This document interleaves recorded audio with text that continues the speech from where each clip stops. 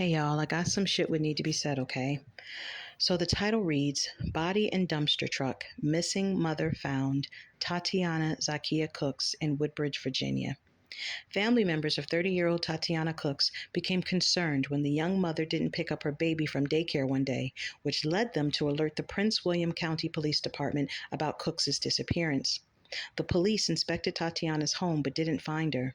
The garbage truck came to retrieve trash from the apartment complex Cooks resided in, and police decided to stop the truck to check the trash, and when they did, inside of the garbage truck was Tatiana's lifeless body.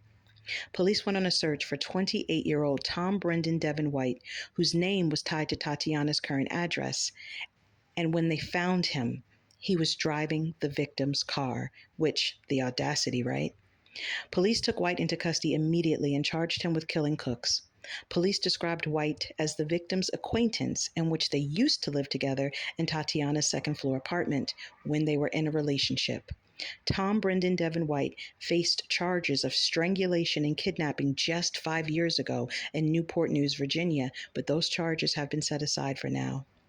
I came on here to talk about this, y'all, because these stories are becoming too common and being normalized, and it is anything but normal.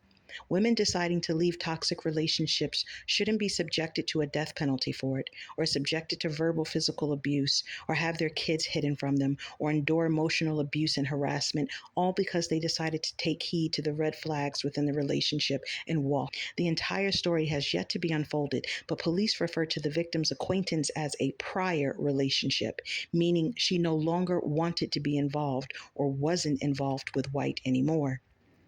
People need to understand that rejection isn't the end of the world. Breaking up isn't the end of the world, and should learn how to move on in peace and without unleashing violent and or toxic repercussions. I feel school curriculum should be altered to fit in mental mastery classes in order to help kids and adolescents learn how to control their feelings and emotions. Many times kids won't learn it in the home because sometimes parents haven't learned how to master their own mentals, and one can't teach what they don't know. But to better get a grip on mental illness, and I know there are all kinds of mental illness, however, teaching a child how to control their emotions will not only help them in life, but can also save others from being a victim of toxic behavior. If a parent is toxic, they're going to teach their kids to be toxic. If a parent is balanced in their mind, body, and soul, they will do the same. This is why there's so much clash in this world, because you have balanced and unbalanced people butting heads. Some people profit off of unbalanced individuals, and some balanced individuals will simply choose to protect their family while keeping a distance from unbalanced individuals. All of us live in the same world, so we're going to intertwine with one another. It just sucks to have to deal with such bad behavior. I also feel women should have self-defense classes. I know there are karate classes and gun shooting classes, but what if you're not strong enough to fight off the guy? Or what if you're not able to reach for a gun quick enough? Another self-defense needs to be taught, and it's by way of speech. When dealing with individuals such as Tom Brendan Devin White, they don't comprehend from a normal person's standpoint, so the way you talk to them must be a strategy in and of itself. You can't just say, I don't want to be with you anymore, but we can still be friends, because they'll take the friend part as meaning they still have a way in and will work aggressively and at all costs to figure out how to work themselves back into your life. But if you're too harsh with your words, they'll find an underhanded way to retaliate against you. In situations like this, it may be safer to lie in order to strategize an escape plan.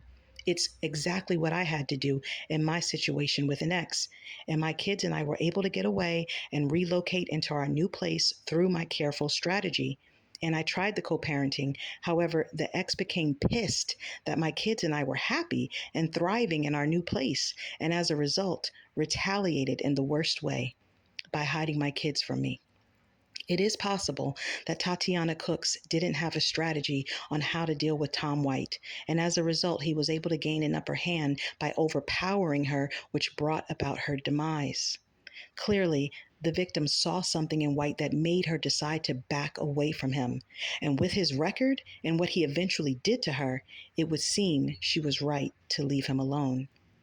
I understand everyone won't be saved from such predators, but there should be more strategies offered to women regarding self-defense, and what better way than learning from those who have lived it?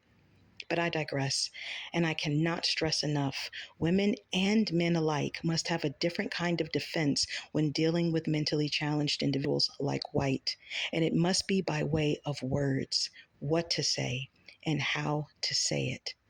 My condolences to Tatiana Cook's family and her baby girl, who didn't deserve to lose her in such a horrific way. Comments, y'all?